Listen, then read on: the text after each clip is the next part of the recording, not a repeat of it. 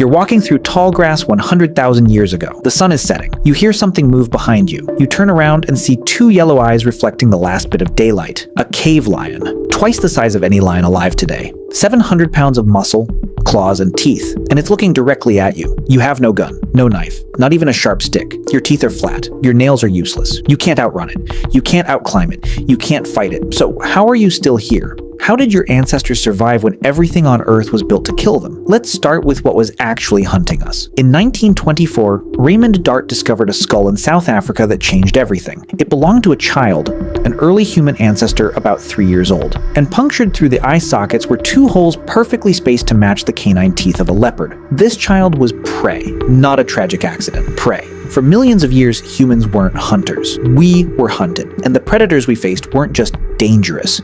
They were apex killers that had spent millions of years evolving to hunt large mammals, starting with the saber-toothed cat, Smilodon fatalis, 11-inch canines, 600 pounds, built like a tank with a bite designed to puncture the throats of bison and camels. It didn't chase, it ambushed. It waited in tall grass or near water sources and exploded out at 30 miles per hour. One bite to the neck and you were done. And it wasn't alone. The short-faced bear, Arctodus simus, the largest mammalian land predator in North America. 12 feet tall when standing, 2,000 pounds. Long legs built for endurance running. Most bears today are opportunistic. They'll eat berries, fish, whatever. The short-faced bear was a hyper-carnivore. It ate meat. Only meat, and it could run 40 miles per hour. If it saw you, you were already dead. Then there were the cave hyenas. Crocuta spelaea, larger and stronger than modern hyenas with a bite force of 1,100 pounds per square inch. For context, your bite is about 162 pounds per square inch.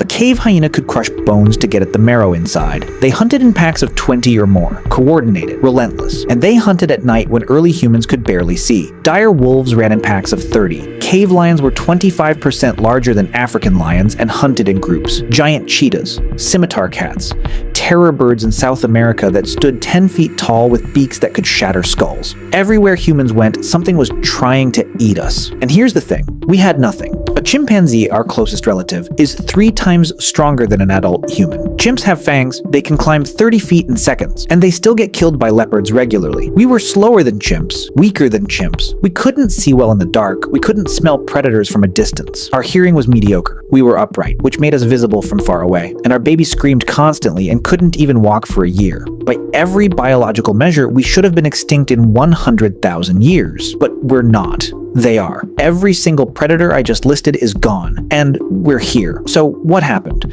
The first weapon was fire. In Wonderwork Cave, South Africa, archaeologists found evidence of controlled fire dating back 1 million years. Burned bones, ash layers, hearths, and fire changed everything. A campfire creates a safety zone roughly 30 feet in diameter. Inside that circle, predators will not enter. It's hardwired into them. Even today, lions in Africa avoid fire. It gave us light when we couldn't see. It gave us warmth in climates our hairless bodies weren't built for, but most importantly, it gave us time. Before fire, when the sun set, you found shelter and stayed completely still until morning. After fire, you had 3 to 4 extra hours every night. Time to make tools, time to plan, time to talk. And fire did one more thing. It let us cook. Cooked meat has more calories and is easier to digest. More calories meant we could afford to grow bigger brains, and bigger brains meant better problem solving. But fire alone didn't save us. The second weapon was endurance. We're terrible sprinters. A saber-tooth could hit 30 miles per hour in 3 seconds. We top out at 28 and only for a short distance. But here's what no other predator could do. Run for hours. We have something called persistence hunting. You don't chase an animal at full speed, you track it at a jog, just fast enough to keep it moving. You follow it for 3, 4, 6 hours. The animal runs, stops, overheats, runs again. It can't sweat like we can. It can't cool down while moving. Eventually, it collapses from heat stroke, and you walk up and kill it with a rock. Humans are the only species on Earth that can do this. This endurance is what drove our hunt and secured our survival. The third weapon was pattern recognition. Human brains evolved to see patterns everywhere. Broken twigs means something walked here. Disturbed dirt means something dug here. The shape of tracks tells you what animal, how big, how long ago. We started tracking predators the same way we tracked prey. We learned their schedules. Saber-tooths hunt near water at dusk. Cave lions avoid fire. Short-faced bears are solitary and territorial. We observed, we remembered, we taught each other. And every generation that knowledge compounded. But the real weapon, the one that actually saved us, was each other. In 2001, archaeologists found a skeleton in Dmanisi, Georgia, dating back 1.8 million years. It belonged to an old human ancestor who had lost all their teeth years before they died. No teeth means you can't chew meat, can't process raw food. This person survived for years after losing their teeth. Someone was feeding them, chewing food for them, or cooking it soft enough to eat.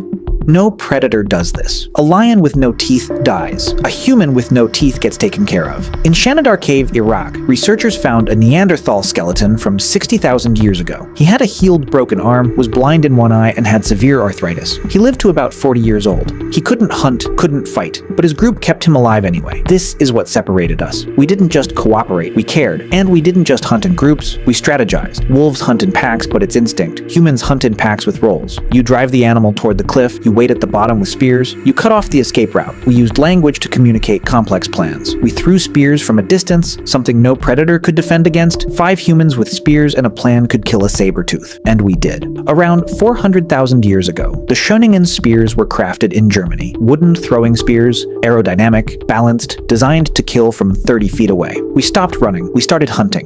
And then, around 50,000 years ago, something shifted. Humans migrated out of Africa into Europe, Asia, Australia, the Americas, and everywhere we went, the megafauna started disappearing. Saber-tooths went extinct 10,000 years ago. Cave lions, 14,000 years ago. Short-faced bears, 11,000 years ago. Woolly mammoths, giant sloths, terror birds, all gone. There's debate about how much humans contributed versus climate change, but the pattern is undeniable. Every continent we reached, the large predators vanished within a few thousand years. We didn't just survive them. We outlasted them, outthought them, eliminated them. Because here's the truth.